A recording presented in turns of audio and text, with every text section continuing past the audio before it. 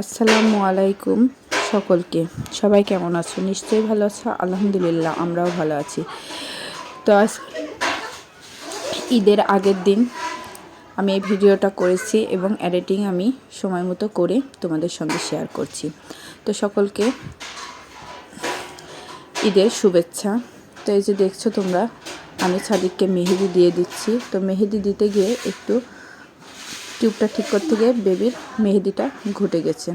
তো আমি সেটা কিভাবে ম্যানেজ দিয়ে মেহেদিটা দিলাম তোমরা দেখে নিলে। তো সাদিকের মেহেদি দেওয়া কেমন হয়েছে তোমরা কমেন্ট করে জানিও। তো এই যে সাদিকের এক হাতে ডান আর এক হাতে মেহেদি দিচ্ছি। তো সাদিক তো নানু বাসায় ঈদ করছে।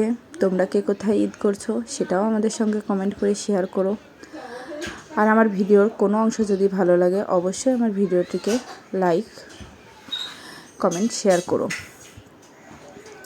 তো তোমরা দেখছো এবার রান্নার প্রসেসে চলে যাচ্ছি। তার জন্য আমি হাঁড়িতে গরুর মাংসগুলো নিয়ে তার ভিতরে পেঁয়াজ রসুন কুচানো দিয়ে হলুদ গুঁড়া ধনে গুঁড়া লবণ শুকনো উপকরণগুলো দেওয়া হলে এবার পেস্ট মশলা আদা বাটা জিরা বাটা রসুন পেঁয়াজের পেস্ট পরিমাণ মতো তেল দিয়ে আমি খুব ভালো করে ম্যারিনেট করে নেব।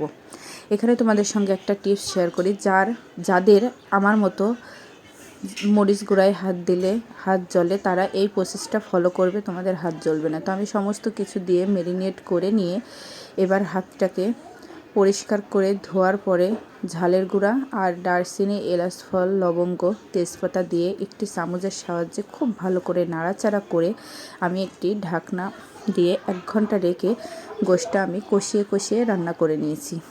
তো তোমরা এই প্রসেসগুলো ফলো করে গরুর মাংস রান্না করবে, দেখবে মজা হবে। আর এই যে দেখছো আমার আম্মু এখানে সুজির বরফি তৈরি করছে। তার জন্য কড়াইতে ডালডা, এখানে তোমরা সয়াবিন তেল দিলে সয়াবিন তেলের গন্ধ করবে। তোমরা ডালডা এবং ঘি দিয়ে সুজিগুলোকে খুব ভালো করে ভেজে ভাজা মুখে তোমরা এলাচ ফল বাদাম কিশমিশ দিয়ে খুব ভালো করে নাড়াচাড়া করে একটু পানি দিয়ে সিদ্ধ করে তারপরে 2 বার প্রসেসে চিনি দিয়ে খুব ভালো করে শুকনা করে রান্না করে নেবে।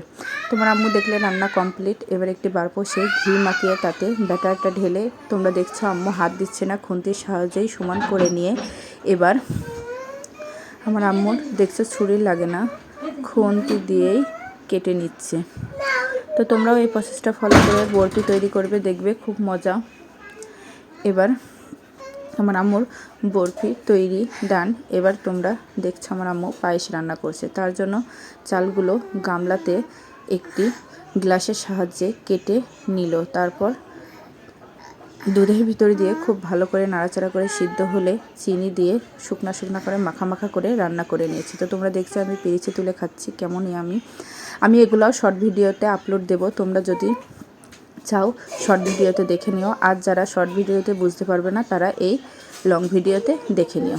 তো আমরা সাদিকের জন্য এক জায়গায় ছিন্নি করেছি, তার জন্য সেখানে গেছি। তো তোমরা দেখছো রান্না হচ্ছে আর সাদিক দুষ্টুমি করছে। আজকে এই পর্যন্ত, আল্লাহ হাফেজ।